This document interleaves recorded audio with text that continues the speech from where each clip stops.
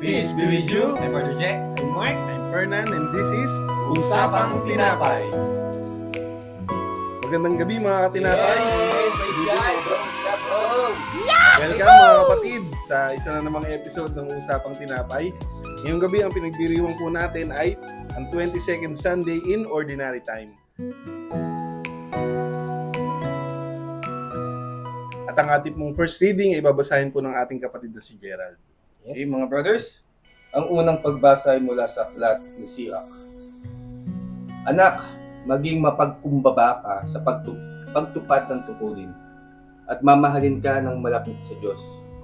Habang ikay dumadakila, lalo ka naman magpakumbaba. Sa gayoy, kalulugdan ka ng Panginoon, sapagkat kahanga-hanga ang kapangyarihan ng Panginoon at dinadakila siya ng mga nagpapakumbaba. Huwag mong hangaring maunawaan ang mga bagay na lampas sa iyong kakayahan. Huwag mong saliksikin ang hindi mo kayang malaman. Kung ang tubig ay pumapatay ng apoy, ang pagkakawangay pumapawi ng kasalanan. Ang gumagawa ng mabuti sa kapwa ay naghahanda para sa kinabukasan, sapagkat kapag siya naman ang nagipit, mayroon roong siyang masasandalan. Ang salita ng Diyos. Salamat sa Diyos.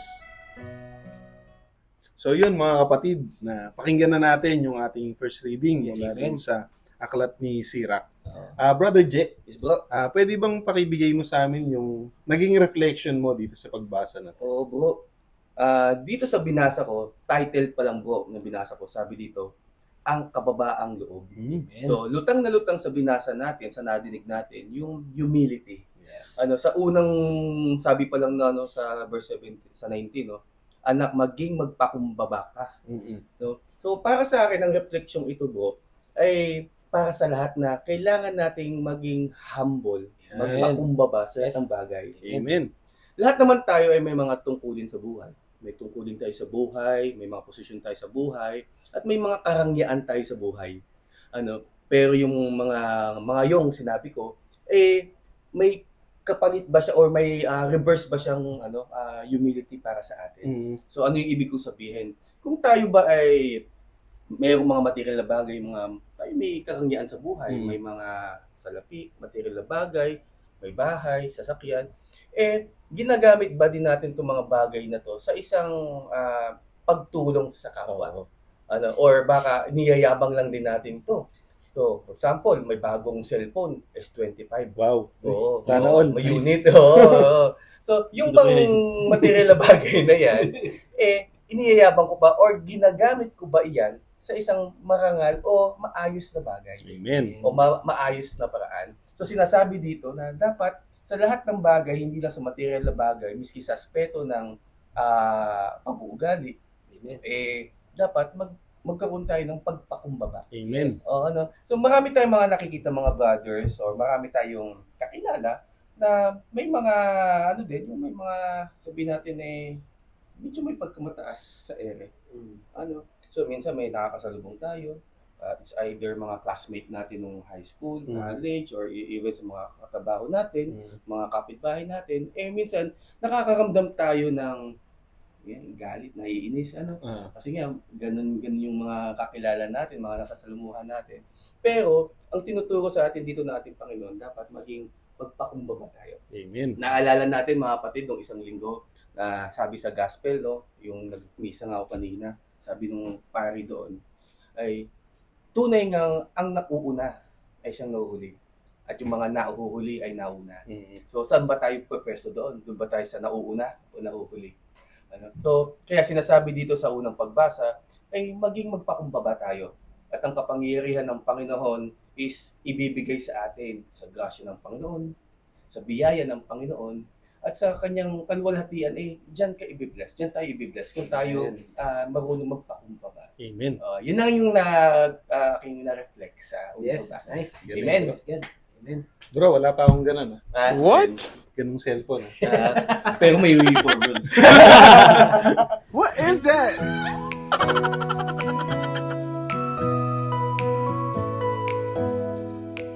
Okay mga brothers, magkako na tayo sa ikalawang pagbasa na babasahin ng ating kapatid si Brother Mark. Okay, so, kinuwang pagbasa. Pagbasa mula sa aklat sa mga Hebreo. Mga kapatid, hindi kayo lumapit, gawa ng paglapit ng mga Israelita. Sa isang bundok na nakikita sa bundok ng Sinai na may nagliliyab na apoy, balot ng pusikit na kadiliman, may malakas na hangin, may tunog na trumpeta at tinig na nagsasalita. Nang ang tinig na ito'y maririnig ng mga tao, sinamo nilang tumigil iyon sa pagsasalita sa Kanya. Ang nilapitan ninyo'y ang bundok ng Siyon at ang lungsod ng buhay, ng Diyos na buhay. Ang Jerusalem sa langit na kinaroroonan ng di mabilang na anghel. Lumapit kayo sa masayang pagkakatipon ng mga ibinilang na panganay at nakatala sa langit. Lumapit kayo sa Diyos na hukom ng lahat at sa mga espiritu ng mga taong banal na naroroon nasa dakong inilaan sa kanila ng Diyos. Lumapit kayo kay Jesus, ang tagapamagitan ng bagong tipan. Ang salita ng Diyos. Salamat sa Diyos. So yun, Brother Mark, salamat sa pagbasa, bro. Yes, amen. Praise God. Bro, sa aming nadinig na second reading, so ano yung interpretasyon mo dito, bro? Okay, so yung mensahe bro na nakuha Mhm. natin dito, yung ating reflection, no? Mm. So may binanggit dito na dito natin makikita yung difference ng lumang tipan at Mhm. anong bagong tipan. No? Amen, amen. Binanggit din dito yung dalawang bundok, yung bundok ng Sinai at saka yung bundok ng Siyon. No? So lagi may comparison no? Mhm. So doon natin makikita na doon daw sa bundok ng Sinai, so nagpakita yung Diyos ng kanyang pagiging nakakatakot. Kasi may mga apoy, Yan, no? yan. Yung mga kulog, kidlat, yung mga yung mga negative na parang ang magiging perception natin sa Panginoon ay nakakatakot siya. Yan. No. No? Mm. Dito naman sa bundok ng Sayo naman, puro pagmamahal, grasya. Mm. Makikita mo na yung perception natin sa ating Panginoon ay alam natin ang ating Panginoon ay mahal na mahal tayo. No? Kasi kita-kita mo yung difference Mm. Sa Sinai, nakakatakot. Sa Sayon, pagmamahal. Mahal. No? Yung pananampalatayang pinapakita doon sa Mount Sinai, nananampalataya yung mga Israelita kasi natatakot sila sa Panginoon. Mm. At dito naman sa Siyon, na dahil kay Jesus Christ, no, na talagang na naging tagapamagitan doon sa bagong tipan, no, makikita mo na tinuro dito ng Panginoon kung gaano ka mapagmahal ang ating Diyos Ama. Amen. Na ginawa ni Jesus Christ. No? Amen. Doon natin nalaman na ay ang Panginoon hindi pala talaga siya nakakatakot. Oo. Kundi kaya nangyayari sa atin itong mga to kasi mahal na mahal niya tayo. Amen. No? Kasi talagang dapat napakagaling ng ating Panginoon kasi binigay niya sa atin si Jesus Christ na nakapagbigay sa atin ng perception, idea, Mm. ng pananaw na ang ating Panginoon ay talagang mahal tayo at hindi lang tayo tinatakot. Mm. Mahal tayo sa pamamagitan ng mga so may mga blessing, no? May mga challenges Mm. nangyayari sa ating lahat yan. Hindi dahil pag may problema, pinaparusahan ako ng Panginoon. Mm. Ganun magiging thinking mo una Pero dahil nga nagbago yun dahil kay Jesus Christ, may problema, ay tinetest ako ng Panginoon. Yeah. Pinapalakas niya yung pananampalataya ko sa Kanya. Pinagtitibay niya yung puso ko, yung aking pananampalataya sa Kanya. Test of faith, no? Kung ang perception dati, pag may blessing, may maganda kasi akong ginawa So, binibless ako ng Panginoon. Kay Jesus Christ, o sa bagong tipan, doon sa Mount Zion, may blessing dumating. Wow, grabe yung pagmamahal sa akin ng Panginoon. Mm. Binigay niya sa akin to dahil mahal niya ako at hindi niya tinignan ng aking mga pagkakamali. No? So, napakalinaw na pinapakita ng ating ilang pagbasa na ngayon, sa bagong tipan, sa panahon ni Jesus Christ, kasi yung buhay naman natin ngayon, bagong tipan na to no? Doon na tayo, binabalikan natin yung lumang tipan, pero mas nakapokus kasi tayo ngayon kay Jesus Christ. No? Sa bagong tipan kung saan mas kumbaga tinuturo sa atin na tayo nandito sa mundo para mahalin ang Panginoon. Hindi para matakot sa Panginoon. Kumbaga, ginagawa natin yung mga ganito, yung mga service, yung mga pagsisimba, hindi dahil takot tayo na mapunta sa impyerno, kundi dahil mahal natin ang ating Panginoon. At yun yung talagang dapat na gawin. Nagawin mo yung isang bagay kasi nagmamahal ka, hindi dahil natatakot ka. Amen. Ganda.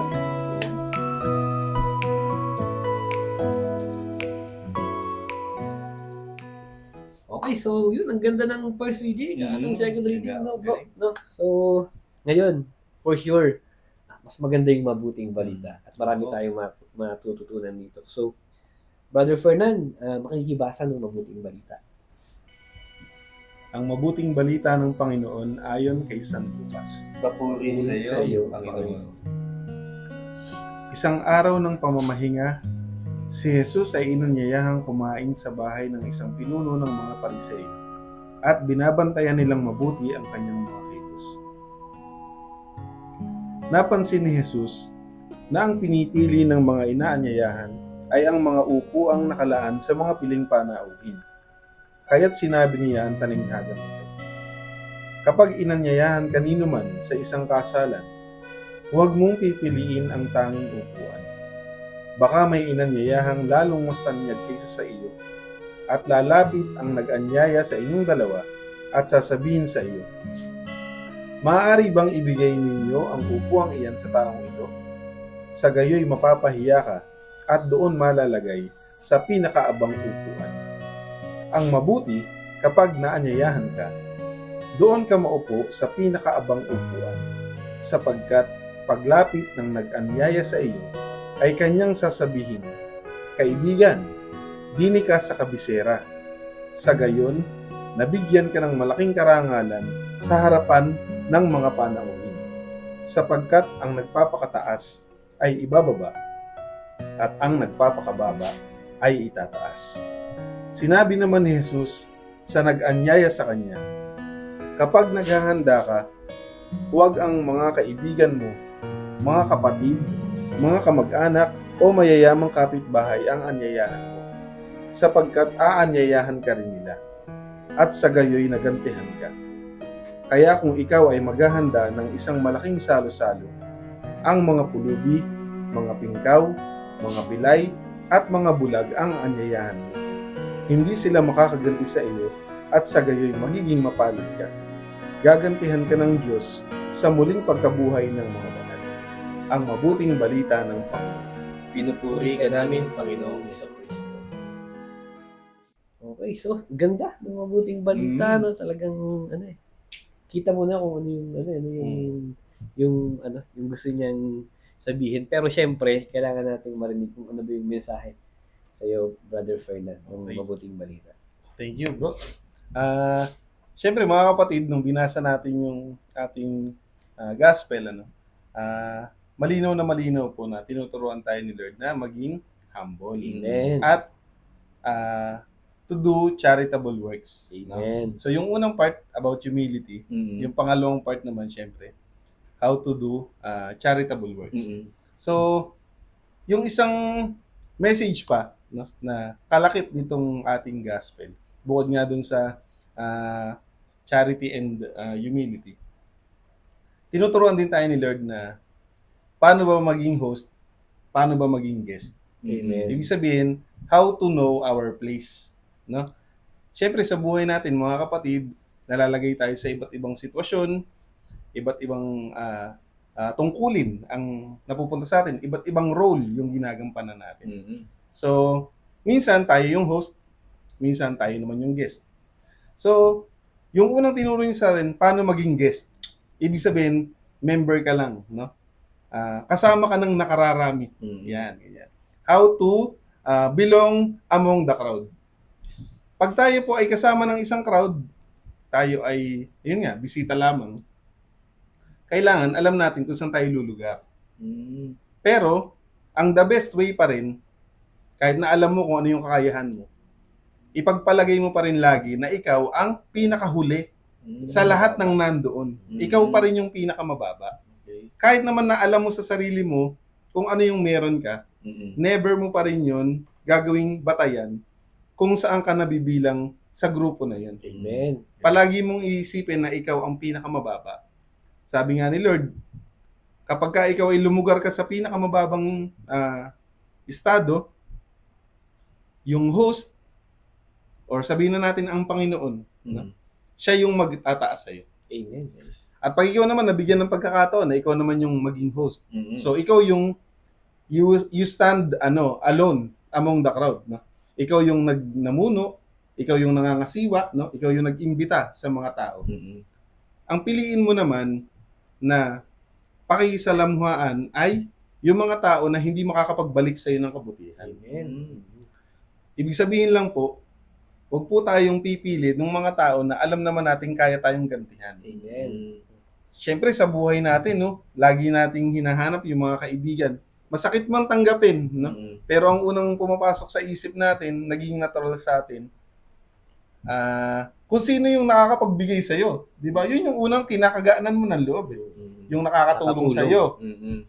Meron pa nga dyan, backer. No? Kung sino yung nakagawa ng pabor sa'yo, di ba?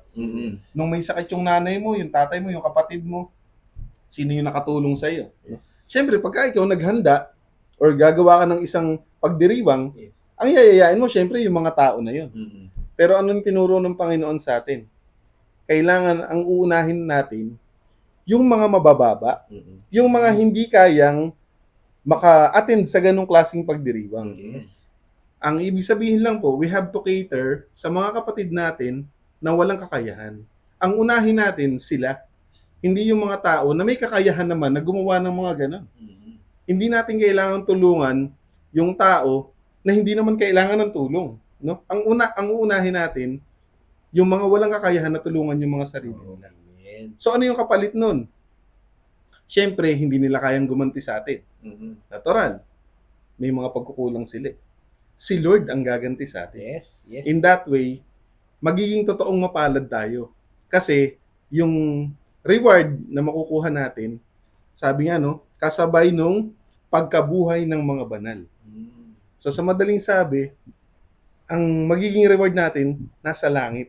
Yes. Yung kagaya nga ng mga dati nating episode na banggit nga doon, yung kayamanang hindi kinakalawang, hindi na uubos, hindi na aagnas. Yun po mga kapatid. Amen. Nice. Nice.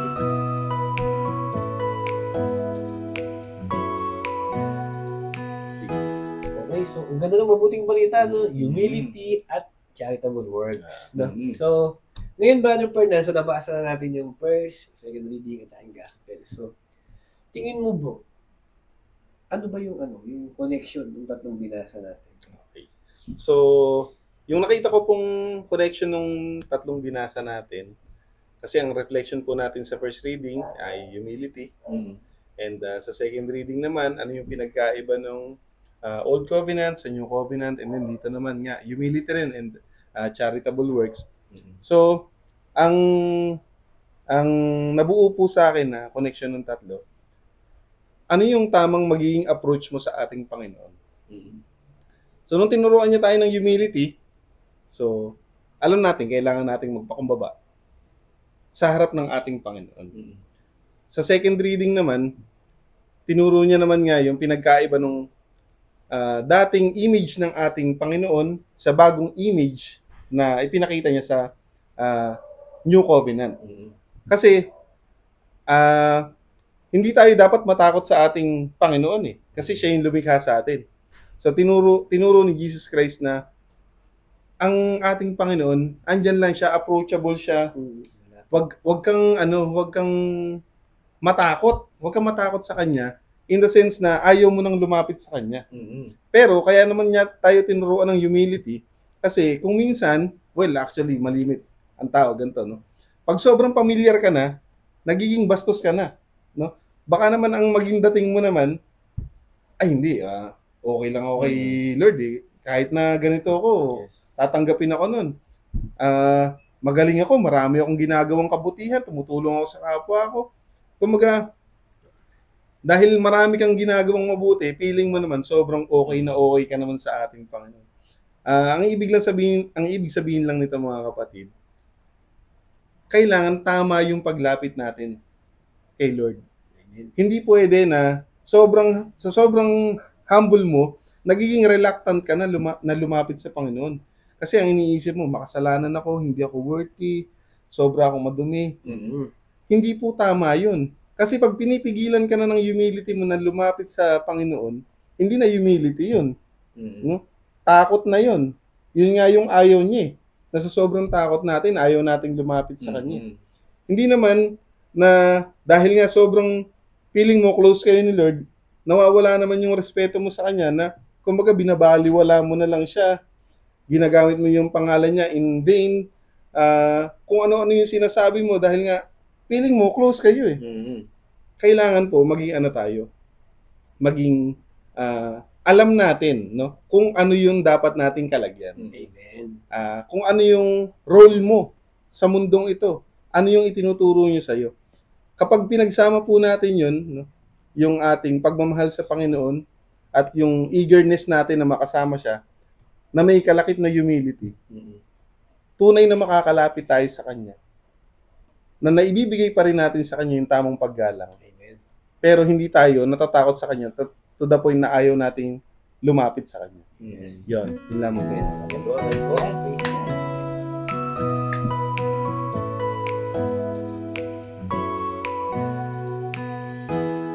O ngayon mga kapatid, na natapos na nating basahin, nakapag-reflect na tayo at nakita na natin yung connection ng ating mga readings para sa misa sa Sunday. Brother J, ano naman ngayon yung magiging practical application nito sa buhay mo? Yes. Amen. So, litaw na litaw para sa akin mga brothers, yung humility.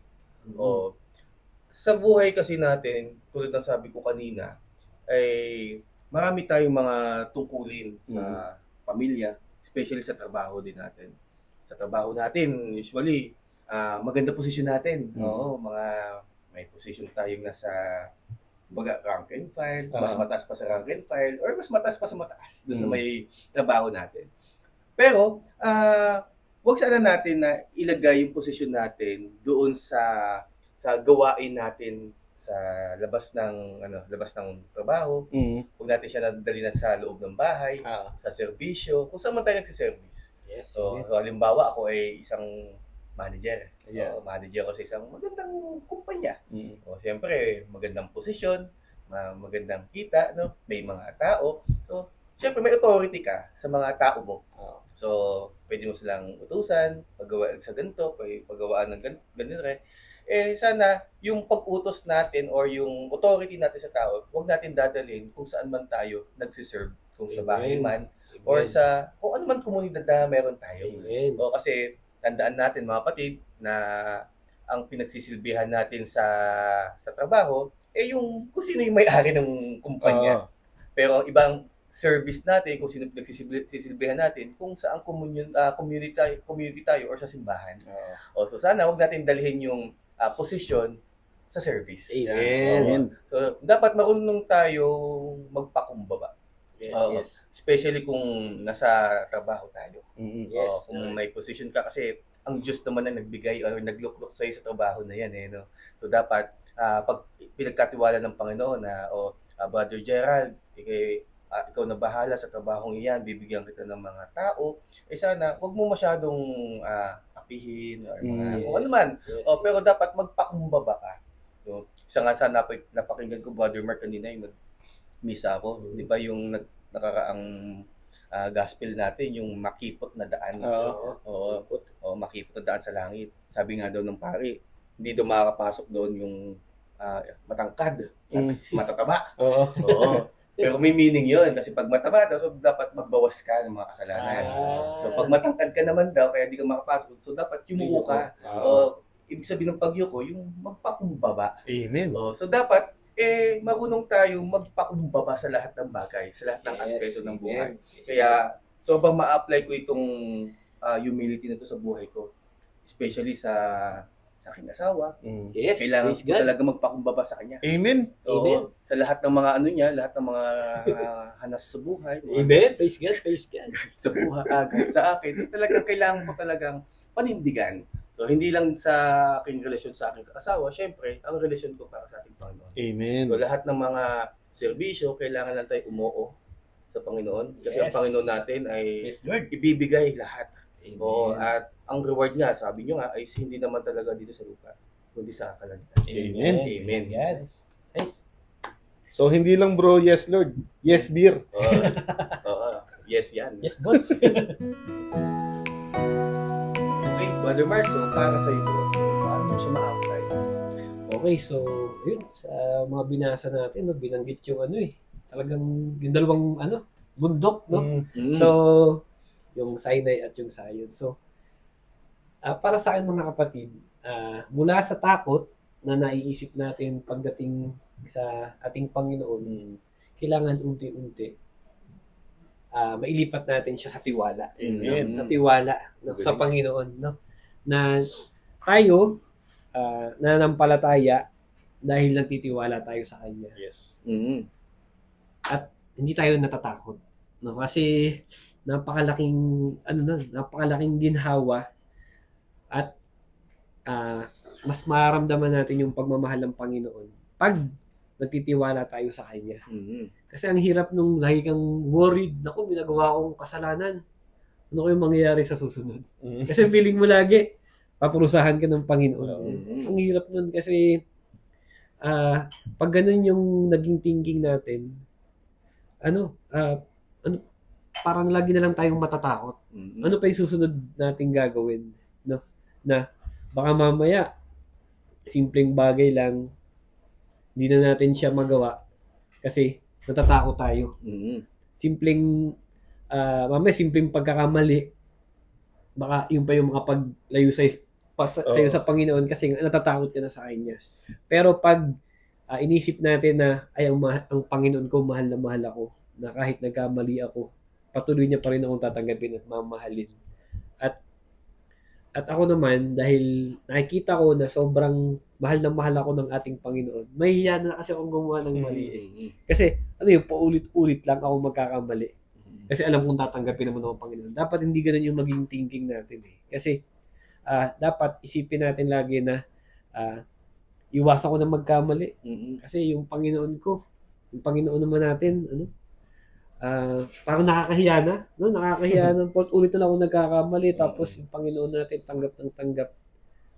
Baka naman mamaya, hindi na ako tanggapin. Yung mga ganun. So sana isipin natin na ang ating Panginoon ay talagang Diyos ng pagmamahal, Diyos na madaling lapitan, Diyos na kaibigan mo, Diyos na madaling makausap, no? Yung papakinggan ka niya at i-bless ka niya. Amen. No?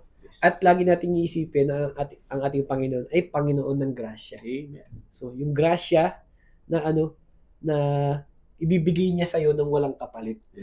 Kasi yun yung grasya yung ibinibigay sa atin na kahit ano ka pa, kahit makasalanan ka pa, mamahalin kita. Yes. No? At syempre,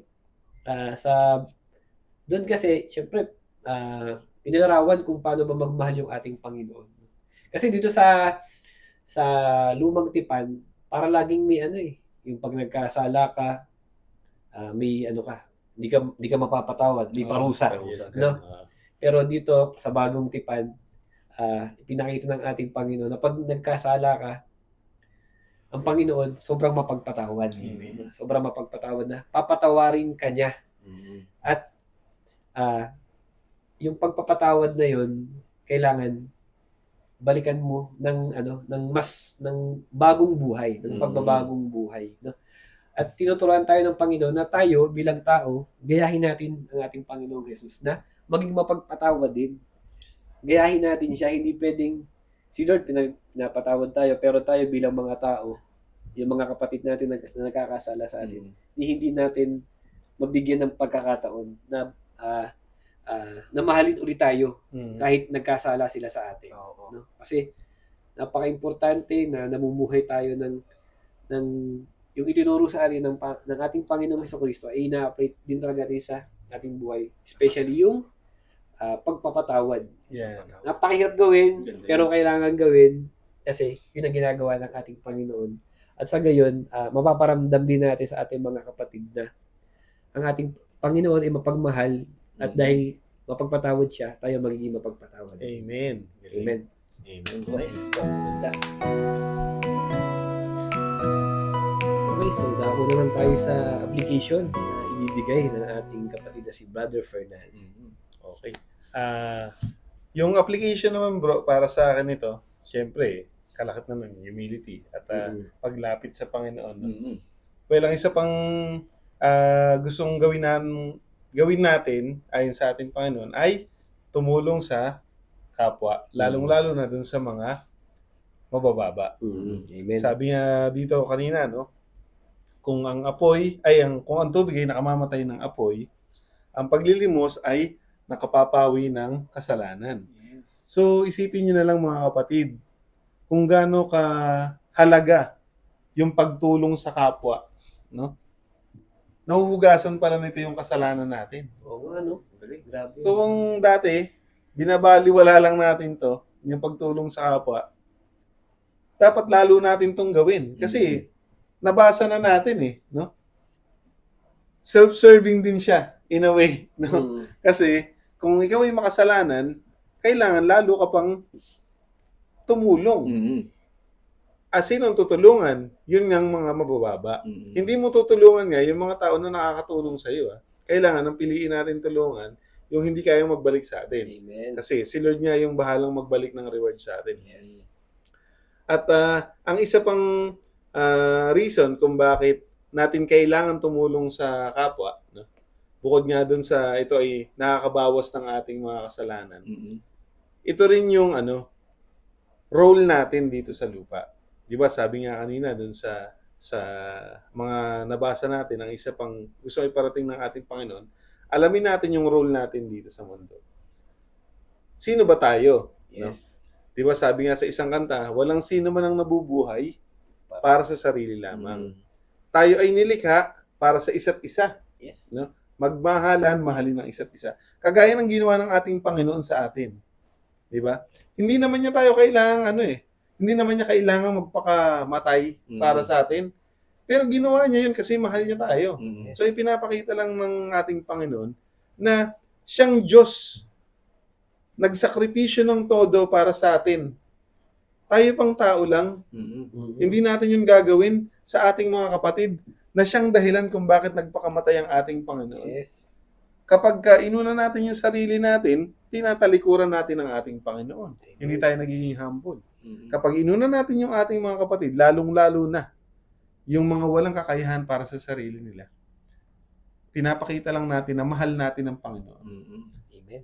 Oo, sa totoo lang, kapag una mo pa lang itong pinapractice, mahirap. Lalo na ang daming magagaling na nagbibigay ng mga reasoning kumbaga, no? Hindi mo tinutulungan yan pag binibigyan mo ng abulo yan. Kinukonsinti mo pa yan. Sasabihin pa nila, magkukot pa sila sa Bible. No? Huwag mong bigyan ng isda, turuan mo mga isda. So, syempre, yung mga kuripot, no? Yung mga mahal na mahal yung salapi, justified na agad yung hindi nila pagtulong sa kapwa, di ba? Kasi nga naman, nakasulat sa Bible yun, di ba?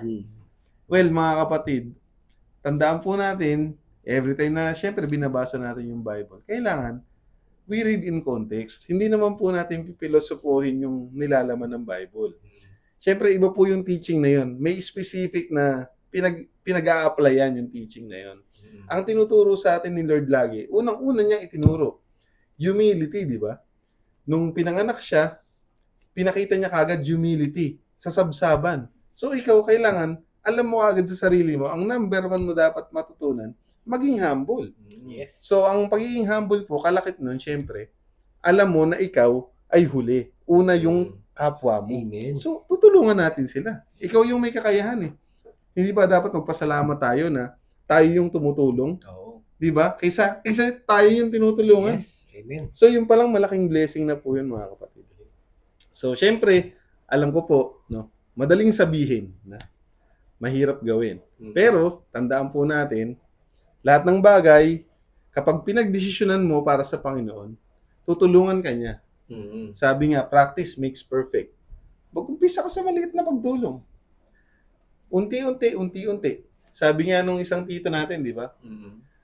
Give until it hurts. Until it hurts no more. So habang ginagawa mo yan, magiging madali yan para sa'yo. Unti-unti hanggang maging lifestyle mo na ang pagtulong sa kapwa. Amen. Yun. Praise God. Amen.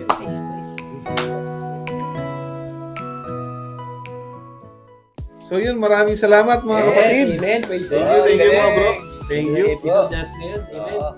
Maraming salamat muli mga kapatid sa pagsama nyo sa amin sa another episode nitong Usapang Tinapay. Ganda. Sana po, next episode mga kapatid, samahan nyo po muli kami. At kung kayo po ay may natutunan po sa ating usapan ngayong gabi, yan. Kung nagustuhan nyo po yung aming kwentuhan po dito, please like, share, and subscribe po. At nang sa ganun, matulungan nyo po kami na ikalatang ang mabuting balita ng ating pamilya. Mga kapatid, yung pong maliit na effort nyo, malaking bagay po yun sa Yes. So, mga kapatid, meron po dyan sa baba, may comment section po dyan. So, kung ano rin po yung mga mensahe, i-leave nyo dyan yung mga mensahe. And then, meron din po kaming Usapang Tinapay podcast sa Facebook page. So, paki-like na lang din po. At panoorin nyo din po mga ilang videos, mga short videos namin po dyan.